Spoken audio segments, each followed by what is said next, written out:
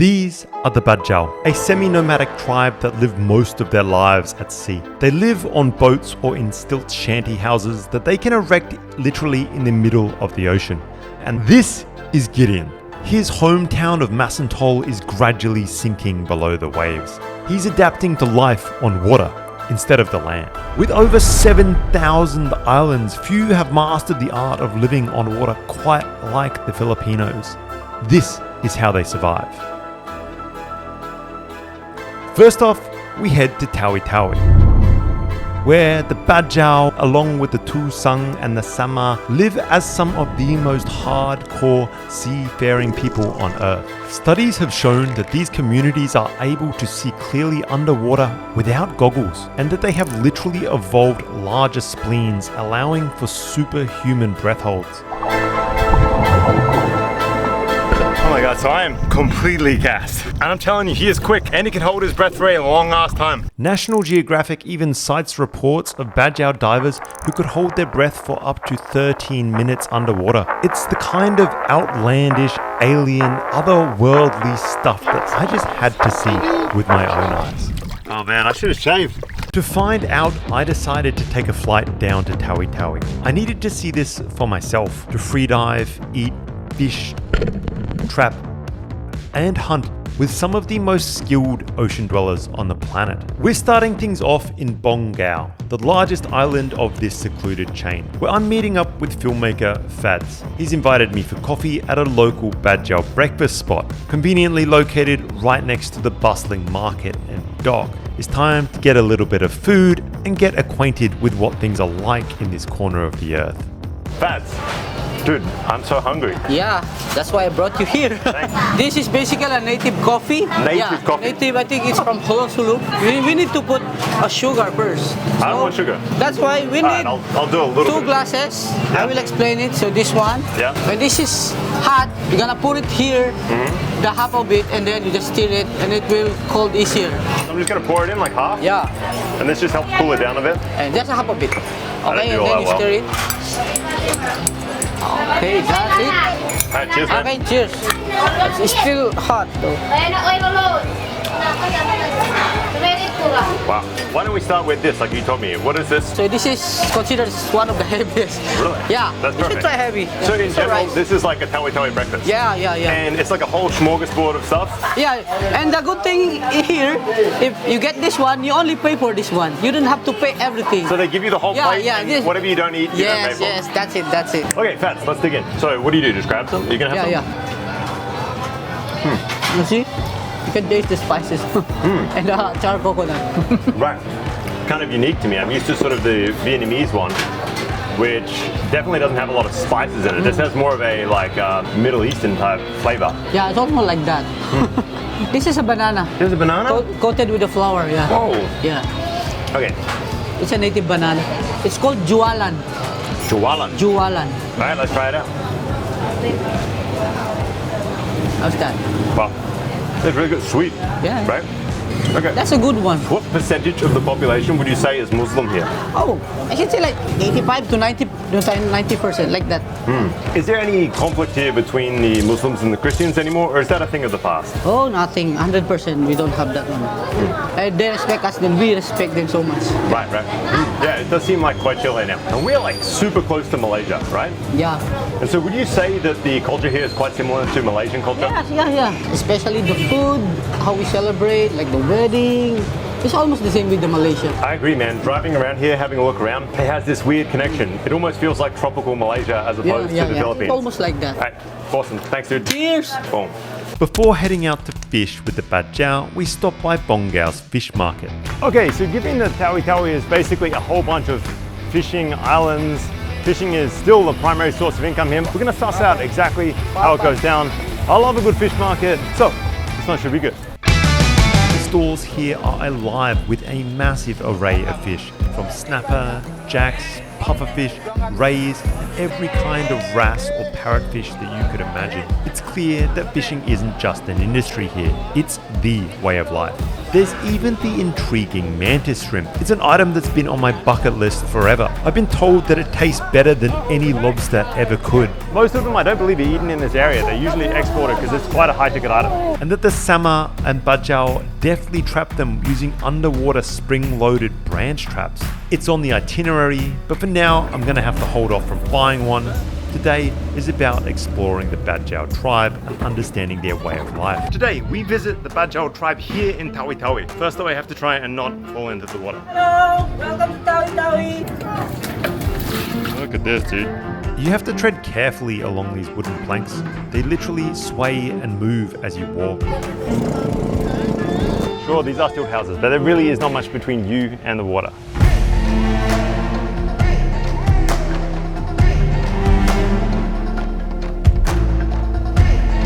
Stepping into the stilt village, you're instantly hit with these stunning views. Stilt houses stretching deep into the sea. The community here is a mix of Sama and Badjao families. They live together right over the ocean. In this aquatic realm, we're introduced to Master Echo, a good friend and neighbor of Fad's. Master Echo, nice to meet you. Okay, thank you. I don't know if you guys can see this, but usually I can judge just about how remote my filming location is by how much of a crowd and how much commotion I've kicked up just by my arrival. And there's plenty of attention here right now. My first experience in a Badjao village. So to kick things off, we're looking for some smaller fish right around the village here. Maybe lunch. Let's find out what we can find.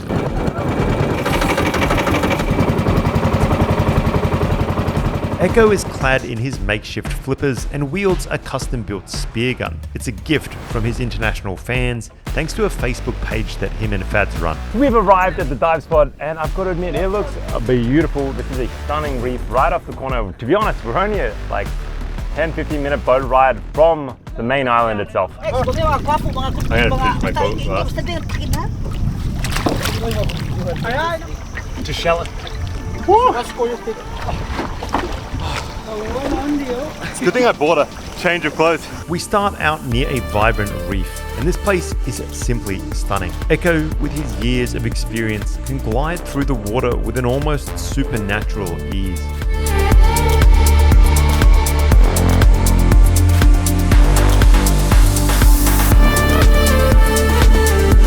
So I've heard that the Badjao can hold their breath for 3, 4, 5 minutes at a time. I'm not sure that Axe is exactly doing that, but he's definitely spending more time down there than me.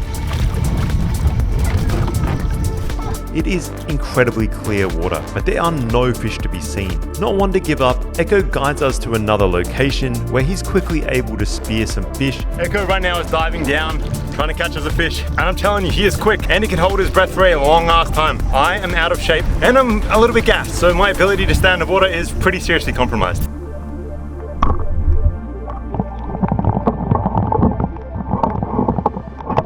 And we head back to the local community for lunch. Inside Echo's home, his mother is weaving mats from pandan leaves, items that serve both a practical and ceremonial purpose. So for everyone who has passed away, they make a sort of pandan reed bed, sort of a final resting place. And then I think it's still used in the household by other people. Here, they begin preparing our catch. It's complemented by a few additional fish from the market, including some pufferfish spikes. I've never even heard of this stuff being eaten before. But here, it's a delicacy. Today's lunch is fish and cassava.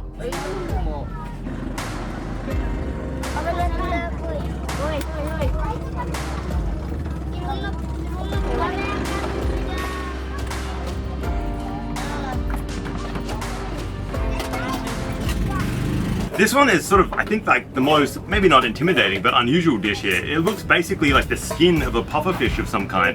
I mean, yeah, it looks just like a porcupine. It's spiky as all hell. There's no meat left. This is just the skin. This is the real authentic Badjao delicacy. Alright, let's check it out. You want to try one? How do I do it? Alright, so basically the skin of the pufferfish is a kind of really rubbery type of material, and you can sort of separate off onto the bottom of it. There's just chunks of meat that have been sitting there on the bottom of the pufferfish. So I'm trying to do that. I think I got a little bit of bone. As it turns out, the porcupine fish which I was nonchalantly about to enjoy, that had been prepared by this Badjao tribe, is typically a no-go unless it has been prepared by somebody who really knows their stuff. We're talking years of training, identifying and dodging those deadly toxins. These are potentially some of the most deadly fish on Earth, and almost all deaths that happen from them nowadays come about in exactly this way. Local preparation from somebody who just doesn't really know the danger. Oh my god, this is really tricky to eat. It's kind of like a pork fat-like texture, but with obviously a much more fish-like flavor. So you don't eat the thorns? No. Okay. It's good that I found that out. So Echo, you're a fisherman. Sir. How old are you? Kailangan mo ko yun. Kailangan mo ko yun. Mga 35. 35. I like that. He had to sort of ask his mother how old he is. Is that an estimate or is that an exact number? I think estimate. It's like, it sounds like an estimate, right? How many kids do you have, Echo? Oh, just one kid? I thought with all these kids around that maybe he had a lot of siblings and stuff like that. Echo, did you grow up here on Tawi-Tawi? Tungkol na last kami nasa Tawi-Tawi, bungaw Tawi-Tawi. And what's it like as a fisherman here? Ahap na parasan kami.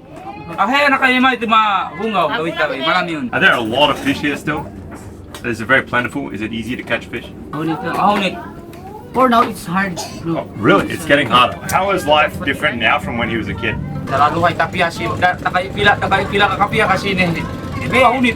Based on his experience fishing, it's way better way back before than today because today so many fishermen already. So there's less and less fish? Yeah. Kakabayan ko akaw sana ko pahapahay ka na sa hapo, akaw sana ba ko lahat ka na ko ba kaya hapog ti lumakami malungan kami na. How far out do you have to go to fish, or do you just fish generally around these islands? Mga tingalawak na mga nipag. Sangay batu-batu. Like the other island, like. So not so far, quite close. So far. And do the Badjao still travel around? I heard that in the past the Badjao used to be more nomadic, like they would travel and live in boats, travel around the islands. Does that still happen at all? Still. There are a lot of Badjao in Malaysia. Do they ever meet with other Badjaos from other countries like Malaysia? They meet with the like in the ocean? Malaysian Bajau. Some of them are the relatives.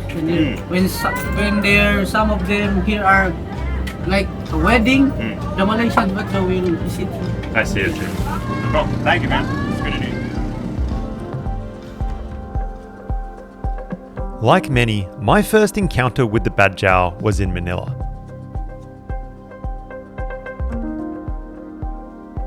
Well, I saw children drumming and nimbly leaping between jeepneys, begging. But here in the serene environment of Tawi-Tawi, it's hard to fathom why they would leave such idyllic conditions for street life. Talking with Echo, though, I begin to grasp some of the issues that these communities face. Saddi bang kasiga, bang sa kami, imbartahin ang kami magamulo. Saddi bang pakanak kami, saddi bang kasiga, alaminusa ka, siyasi ka. Her father told him that when you grow up, you go fishing, you catch octopus, you catch whatever. Just don't be like them, like asking money. The Badjao homes are precariously perched and are frequently at the mercy of violent storms. They feel that they face discrimination from officials, that restrictive travel policies with Malaysia have greatly impeded their once nomadic lifestyle.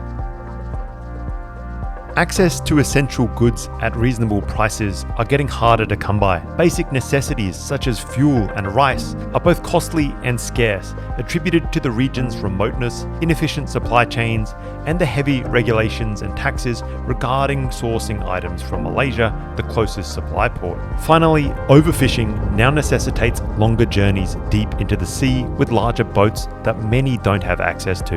And when you consider all these factors together, it's becoming evident why many in these communities are looking for something else in the city.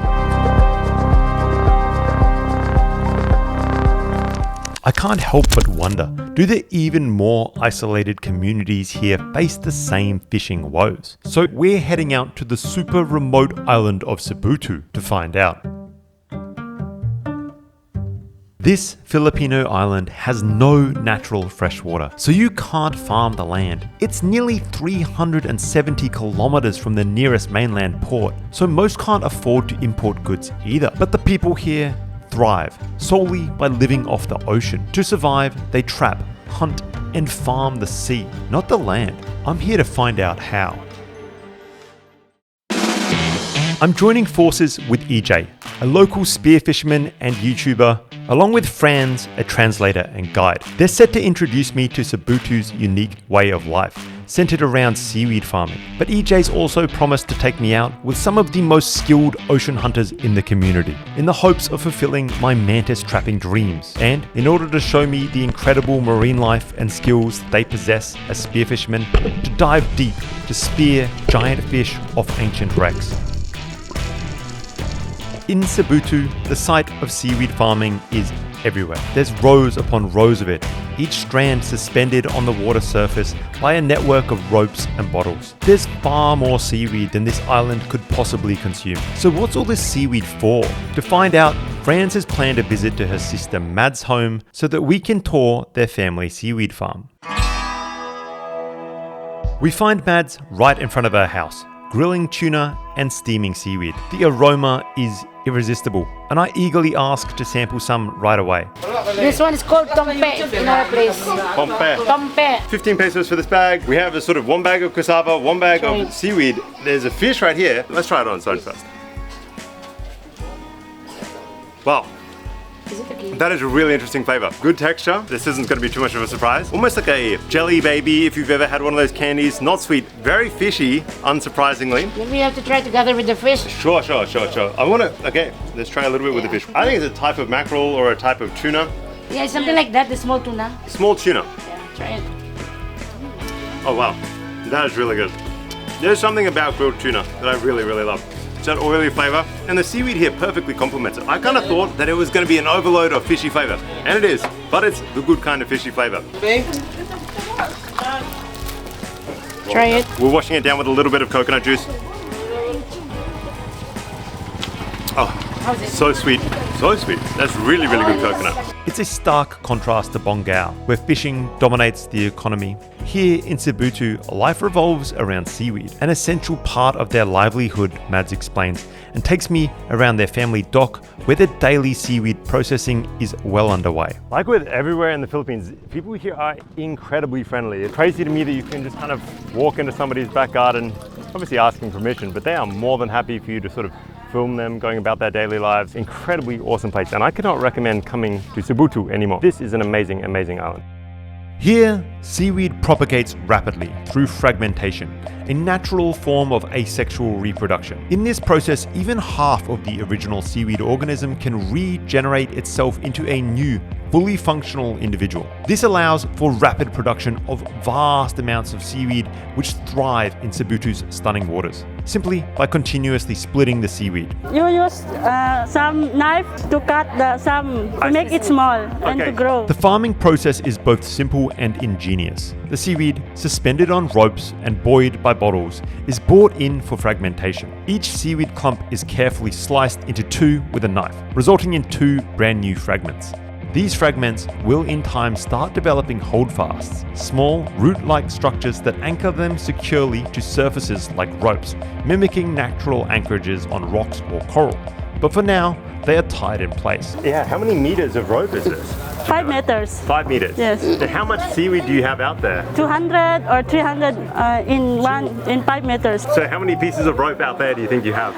I don't think. A lot, right? A Yes. lot. And at the top of this, you just put a simple bottle to hold it afloat? Yes. Is that correct? Yes. Wow. Once attached to the ropes, the seaweed grows, benefiting from its inherent ability to absorb nutrients, minerals, and energy from the surrounding waters and tropical sunlight. To accelerate this growth, Mads employs a technique she calls charging.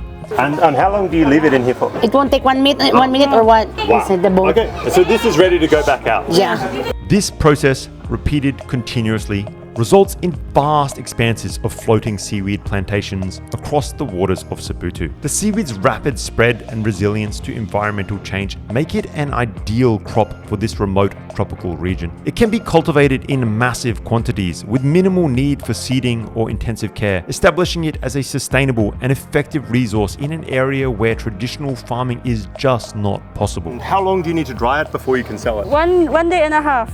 Yeah. If the sun is good. The sheer volume volume of seaweed produced in Sibutu has broader applications. It is exported for various uses, including eco-friendly alternatives to plastics and packaging materials, and as natural thickeners and stabilizers in food products like dairy items, supplements, and snacks. Seaweed farming in Sibutu is critical for the local community and economy. It provides more than just agricultural benefits. But despite its ideal fit, the farmers face economic challenges with the fluctuating seaweed market prices. As Mads explains, life in this region is tough here also. The lack of fresh water means that rice farming is impossible. And this is the major industry here? Yeah, Yes. it's the main source of this. The main source of our income. Everyone on this island? Yeah. It's can see. Nowadays, rice is so expensive. 1,500 in one sack. just for one sack of Yes. rice? Yeah. Then the seaweed in 1 kilo, 35 only. Wow. So it's becoming more popular because the price of rice is so high, Yes. people prefer to eat seaweed. Yes. Wow. And also the cassava. And cassava. Yeah.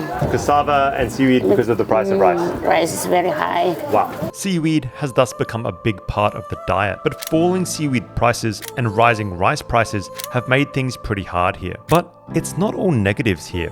Is this place beautiful or what?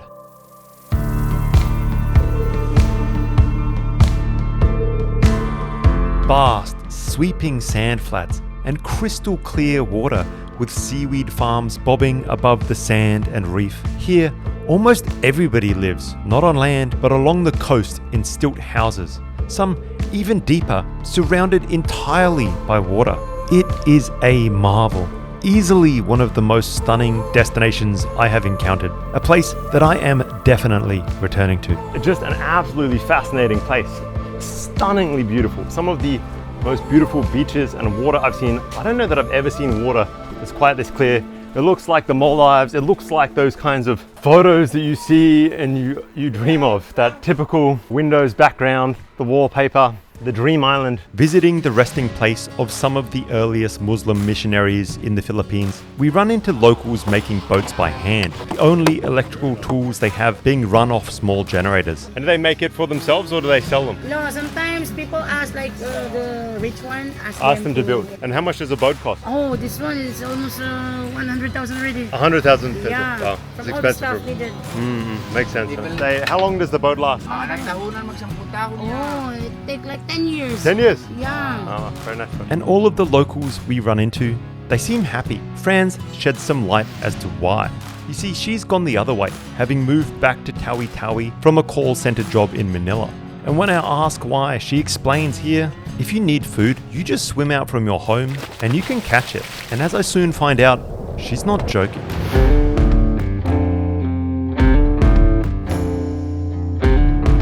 That evening, we embark on our hunt for mantis shrimp. A venture that surprisingly takes us barely 100 meters from Mads' home. This place is swarming with seafood, so let's find these mantis shrimp.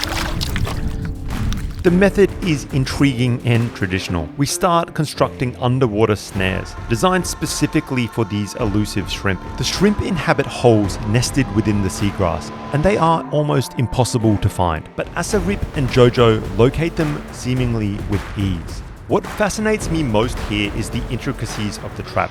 It is essentially a spring snare trap, but one that has been ingeniously adapted to the seabed. They use a long, flexible tree branch that they cleverly position away from the shrimp holes. These branches are then bent over with a noose tied to the end along with an impaled baitfish. They position these snares gently above the shrimp's hole, and we wait.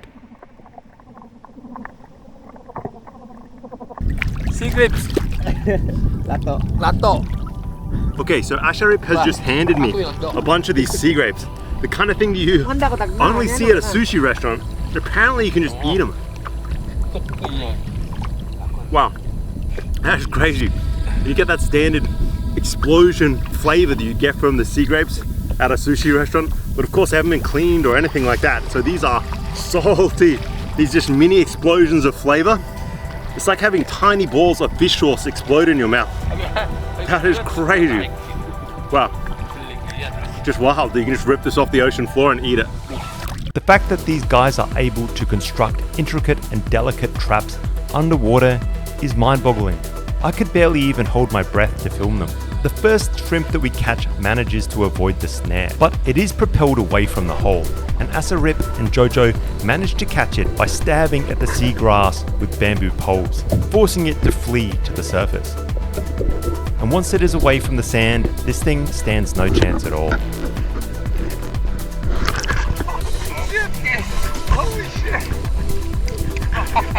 But the snares do work, and in short time, we find a mantis shrimp ensnared in one of our nooses.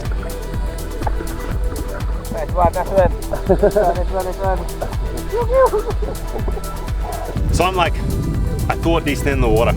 An okay swimmer. These guys were born in it. They stay under there forever. And they can just navigate. They know where we've been. It's crazy. I have no idea. I got lost in seconds under there. But we've now nailed 2 shrimp in 2 different ways. There you see it.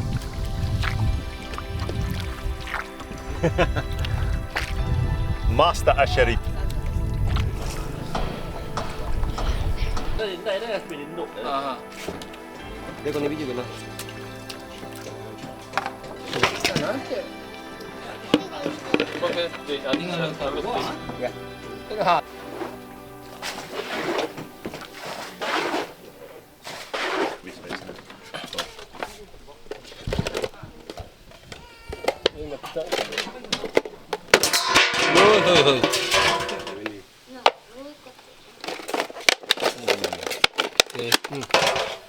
Okay, safe. So these guys can be incredibly dangerous whilst they're alive. They can punch incredibly quickly. I think it's one of the fastest punching creatures alive. So the way that they keep people safe here is just store it inside a bottle. Smart. Okay. Thank you. With 2 shrimp in the bag, we head back home to cook some of these up.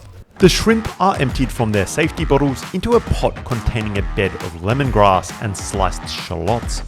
A side of cassava is prepared, and green chilies are cut up with scissors. The magic ingredient here is Sprite. It's added to the pot containing shrimp and set to boil.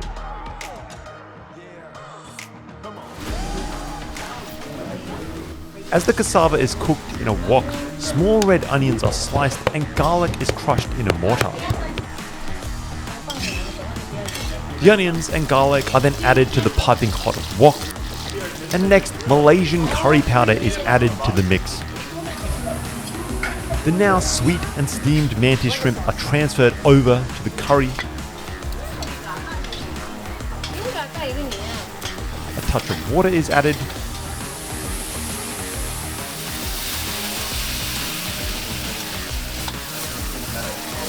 Fresh onions and the sliced chilies follow next. And finally, coconut milk is added to give everything a nice, thick and creamy texture.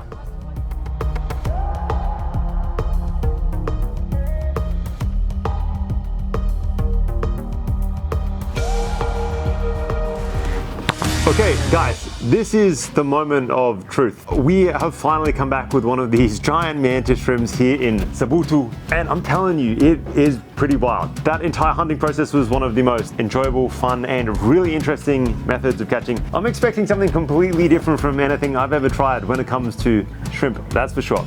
So I think without further ado, let us dig in. Okay, here we go. First bite, I'm gonna eat it straight up as I can without dipping it in any curry powder right now. Oh, wow. Wow. That is so good.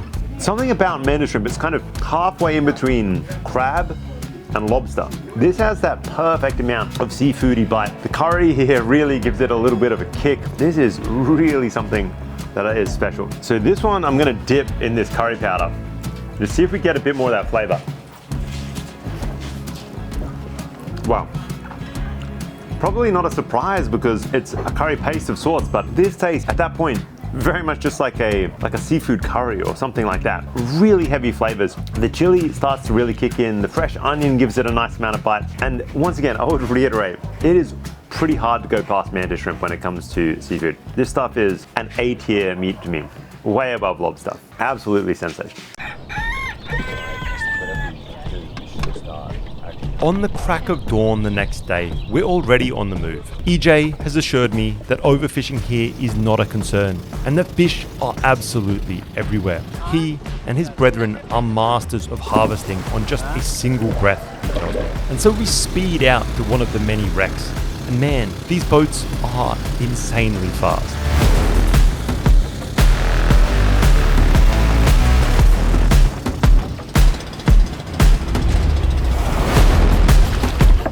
Today guys, spearfishing in Sidankai. I'm here with EJ, a master Asarip. This is my first time spearfishing, so things could go really badly. I didn't bring a wetsuit, I have no gear, and I'm not very good at holding my breath. But it's time to catch some fish. Clean this before I dive. Yeah. Before I can take any of it in, EJ, Asarip, and Jojo are already diving in. It's astonishing to see just how young the kids here are when they begin to learn to spearfish, and the skill is on display right away. EJ is geared up with pretty state-of-the-art equipment. But Asarip and Jojo dive in effortlessly with makeshift flippers. I'm left floating on the surface, watching in awe as these guys plunge to the depths and disappear for what seems like forever.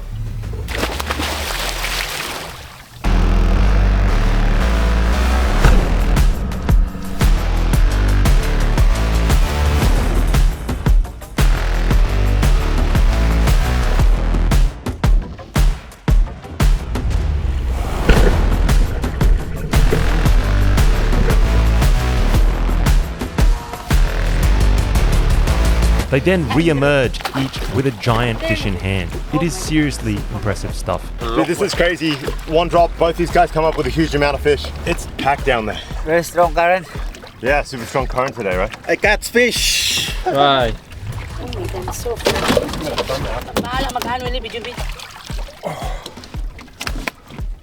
And at some point I plan to come back with some proper gear, so that I too can learn from these masters. But it's not just about life on the water in Tawi-Tawi. In Manila Bay, life on the water is becoming a necessity also. It's been happening for years. Towns across the Philippines are vanishing below the waves, drowning in salt water. Kamag-anak mo dito, kailangan bangka na talaga gagamitin mo para lang. Lush rice fields are being turned into aquatic wastelands. But why are so many locals happy about it? You see, they've turned to an unusual savior, mud crabs. But how the hell can crabs be saving these sinking communities? Why are there so many of them? And do they taste any good? These things might not all be monsters, but there are some monsters here. Big ass mud crabs, man. Giants. I'm starting out in Masantol in the Pampangan countryside, where millions of dollars worth of crab are being processed every week. This has to be one of the largest producers of crabs in all of the Philippines, this area. Let's check it out. Here, in the small riverside markets, is where it all begins. Markets here are dominated by crab. They are the star of the show, the main event. Even the fish that are being bought and sold at these markets offer crab food. And there are thousands and thousands and thousands of crabs. Instead of roads, local farmers arrive by river on long motorized canoes, gracefully navigating the narrow canals that serve as a lifeline for these communities. They connect the farms to the market. Longboats pull up with a load full of crabs, sort of packaged up, bought by wholesale buyers that are selling them maybe in Manila or elsewhere around the country. And one by one they are carefully inspected and sold to wholesale buyers. This is not really a retail market. There's only wholesale buyers here. Unlike the bustling energy of a typical market, this one exudes a more serious, business-like atmosphere. The sheer abundance of crabs that is being processed here, though, is mind-boggling. How can such a small and sinking village produce millions upon millions of dollars worth of crab?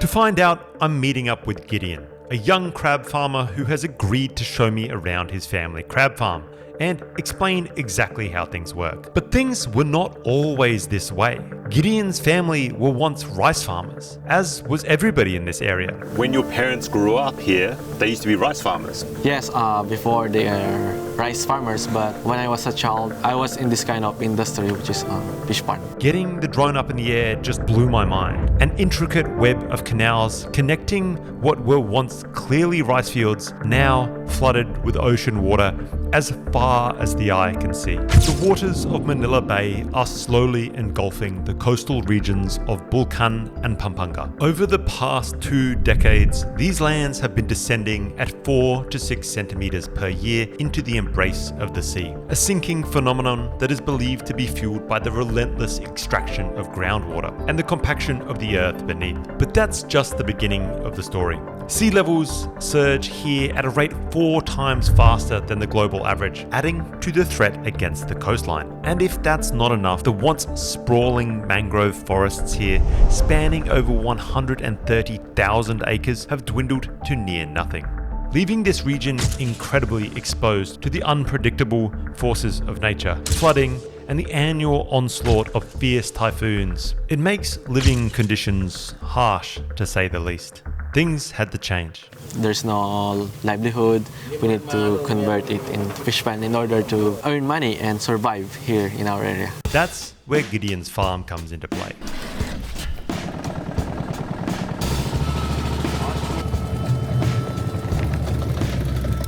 Navigating through the narrow waterway canals lined with houses along the banks, we finally arrive at Gideon's farm, a large rectangular pond amidst a sea of similar ponds. You have a giant pond here. How the hell do you take care of them and how do you check on them? We use our hands. Really? Yes, So you just get out there and you find the crabs with your hands. that's correct. Don't they bite you? Sometimes. I see. Without hesitation, Gideon plunges his bare hands into the water, revealing a jaw-dropping sight. This place is literally teeming with monster mud crabs. Gideon is actually heading back with the crab. I cannot believe he pulled that off. It's madness.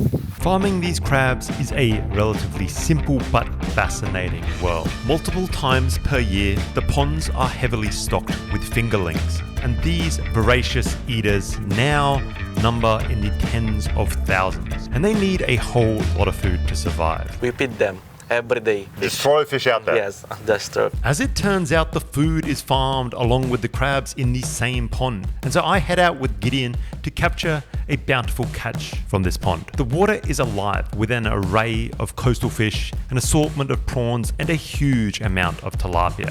Okay, so I'm not being too much help. I am sat on the opposite end of this giant canoe, trying not to tip us into the water and destroy all my camera gear. Gideon uses 2 types of net that are permanently set up to catch feed for the crabs, as well as food for his dinner table. There's a standard gill net that runs along the top of the water, and a box trap, or dragon trap as they call it, that sits along the bottom. We check them both. It's a pretty big ass shrimp. Takes them 5 months to get this big, but I mean, that looks like a serious product. I'd eat the hell out of that. Looks delicious. They are the product along with the crab. What we're after really right now is tilapia that are used to feed the crab. The shrimp and the more tasty varieties of fish are kept for food. Crabs are monitored for health, or they're kept for sale if they're big enough, and tilapia are cut up for crab feed. But it is wild to me that tilapia can live in everything from 100% fresh water to this straight up salt water that has mullet and shrimp swimming around in it, and the tilapia can just propagate wild whilst getting netted every single day for crab food, and they thrive. Oh wow, that's a bigger crab. Oh, where'd he go? Oh dude, that's a monster crab. So there you go, in the dragon trap, as it is called here in the Philippines, we have pulled up one quite small crab and one to me that looks like an absolute monster. It is pretty crazy to me the size that these guys let these things get to, or that they're able to get them to.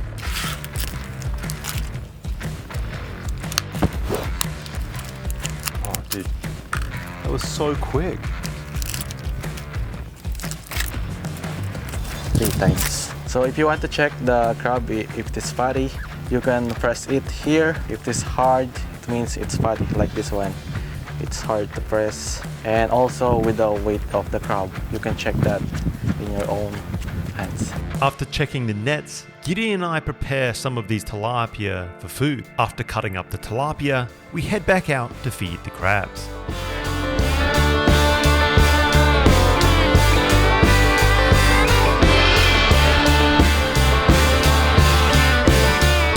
tilapia just kind of handy because, you know, there's such a good food source for the crab. And what's interesting here is the lack of care about whose crabs are whose, or what happens when these crabs inevitably climb from one pond into the other. What if your crabs escape over there into the public waterway? It's free. Free crab. Yes. Doesn't matter. Doesn't matter. Lucky crab, right? Yes. All right. Oh, you can only eat the male. Man, that's super interesting. In Australia, it's illegal to keep female crabs. You have to release all females so that they like keep propagating in the wild. I have eaten my fair share of mud crabs in my time, but these Pampangan farmed crabs are monsters. If I'm honest, I'm doubtful that farmed crabs can taste as good as the wild stuff. So we're taking a boat ride back to Gideon's house, where his aunt has been kind enough to cook some up for us. The lives of the crab farmers here is now so disconnected from the wider Philippines and world that each of these families is essentially self-sufficient. They subside largely off fish and various poultry that they can farm on the narrow strips of land. So we've come back to Giddy's house, which is one of these beautiful little houses in these sort of mud crab canals that stretch for miles and miles. And he has a pretty basic setup here. Essentially, it's just a few buckets with which they rotate the water out. And they're gonna place the larger mud crabs in there that are not yet filled with meat. And essentially just over the course of a couple of weeks, fatten them up, feed them a little bit of fish every single day. Seems like a pretty damn good idea. I do not know why we don't fatten up crabs in Australia. Genius. An essential part of the process for these crab farmers, as only fat crabs full with meat can be sold for profit. Oh, so you're gonna keep it? We can, but it's small. That's small, yeah. So we should throw it back, right? You can throw it back. Bye-bye. All right. Today, Gideon's aunt is preparing chili garlic crab for us. Like this one? Yep.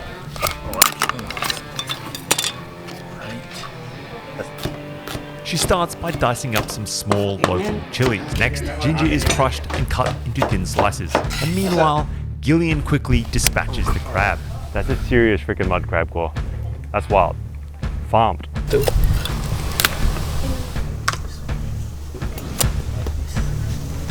moving. You will see. Oh. Super steady. The crab is then thoroughly cleaned. A wok is brought up to temp and a large amount of butter is added to the pan and melted down. The onions, ginger and chilies are all added to the sizzling butter and slowly caramelized. Various parts of the crab are then added to this mix, with special care taken to add the large parts first and ensure an even cook.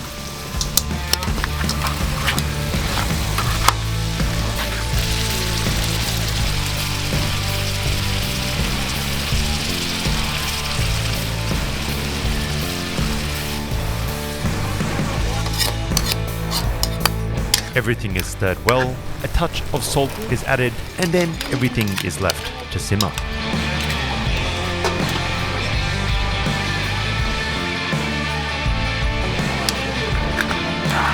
Finally, once everything is cooked through, the larger crab claws are cracked open and re-added to the wok to soak up some of that glorious buttery garlic goodness.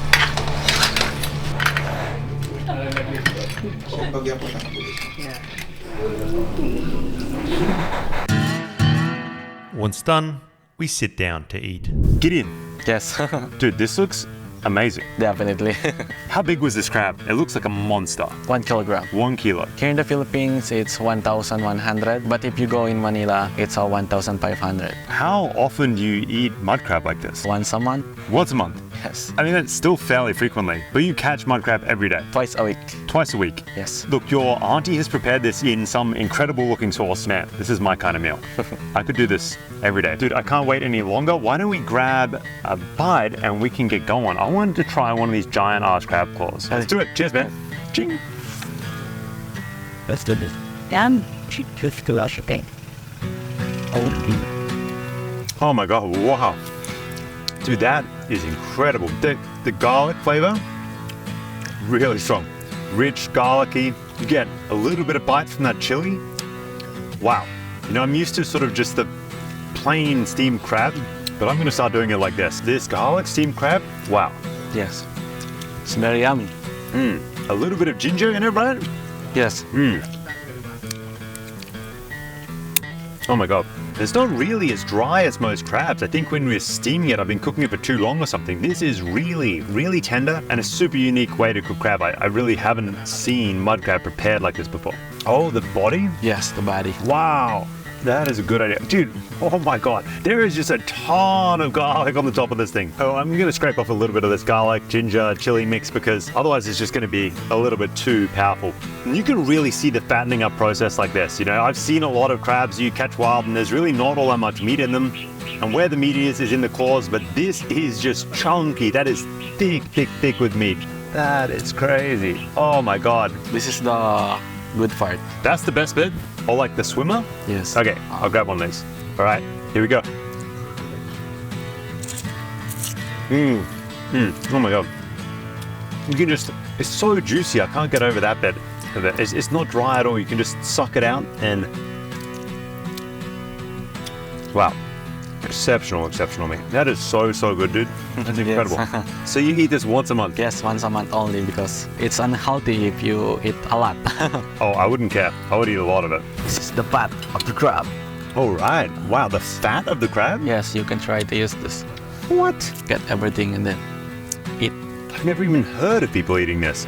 Really? Yes. Wow. Oh, one of the yummiest part. Really? One of the more desirable parts. I have eaten a ton of mud crab in my day and I've always just thrown away the top shell without touching any of it. So do I scrape that bit off? Yes. I've got to admit, it doesn't look the most appetizing. Okay, here we go. The fat, you say? Yes. It looks like some kind of membrane to me. Wow. Dude, that is a totally different flavor, huh? Yes. God, it has kind of like I think I've got some of the ginger in there. It's giving it almost like a weird crunch to it. It obviously has a really different texture from the flesh. The flesh is that sort of flake apart in your mouth. This had far more of a chewy consistency and then just melted away. Wow, really incredible meal.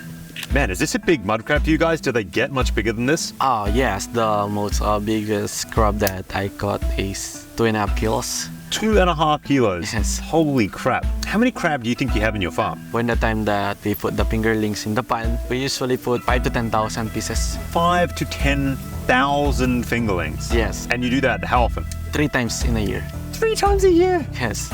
Oh my God. So basically, once we put the 10 to 5,000, we harvest that within 4 to 5 months. And then after that, we reprocess again. You harvest 5,000 to 10,000 mud crabs per month?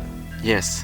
Whoa, you're selling an absolute ton of this crab at the market. That's right. After rice farming, we transform to fish pan. For the water here is not salty water. That's why we can able to plant a rice. So it used to be fresh water? Yes. And then what happened? And then eventually the water became salty. And so what's happening here? Is the sea level rising or is the town sinking? It's the same. So basically the sea level is higher and also the land. So the land has become level with the ocean level? That's correct.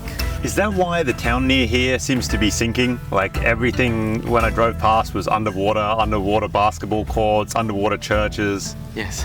But it wasn't always like that. When your parents grew up here, they used to be rice farmers. Yes, before they are rice farmers, but when I was a child, I was in this kind of industry, which is fish pond. So I guess everybody has to learn to change and adapt. Yes, we need to change and adapt to the situation that we have.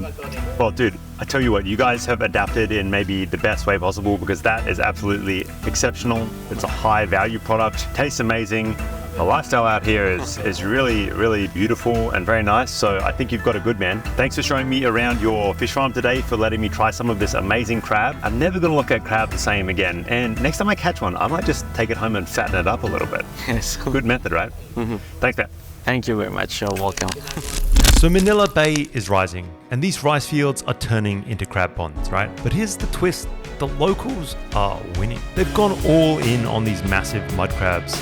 We're talking big business, millions in crabs every week. The entire economy is now all about crabs. These families, who were once all about rice, have made the perfect pivot. Families like Gideon's are far better off now than they ever were in the past. Crabs and shrimp is very expensive, especially nowadays. So it's almost like a better business than rice farming. That's correct. And the abundance of crabs here has spawned an entire industry. They're found in such abundance that they're now not just part of fancy restaurants in the region, they're everywhere. Even fast food places have popped up like Crabs and Crack. They're all over the region. What you are paying top dollar for back home is common table fare in these parts. I think it's a game changer and something that's going to have to continue, because whatever the reason may be, seawater in these regions are rising, and they're continuing to devour much of the farmland in many areas of the Philippines. But if I've learned anything during my time here, it's that you just don't count these guys out. They will find a way to adapt whatever conditions they face. That is it for this one, guys. Hopefully you enjoyed this story on Pampangan crab farming. It is absolutely wild to me, the sheer volume of crabs and crab farms that there are in this area, and the size and the technique with which they fatten up these crabs. Absolutely wild, and the taste is sensational. Okay guys, thank you for watching. That is it for this one. I would like to say a big thank you to EJ. You can check out his channel, EJ Francisco Fishing, Spearfishing maybe. Huge thank you to Napitra P. Ahaja, who has invited us here to this beautiful island and who has been our host here. I cannot say thank you anymore. This has been an amazing experience. I'm hoping that you will come back here again soon and bring some of your friends. Big thank you to Master Jojo and Master Asarif. Say QQ. QQ. These guys are absolutely masters in the water, honestly, born in it, and they are more at home down there than they are up here. So guys, give them a follow if you want to check out any more of that gear. I will definitely be back in this part of the earth. It is completely and utterly fascinating. Thanks for watching. Goodbye.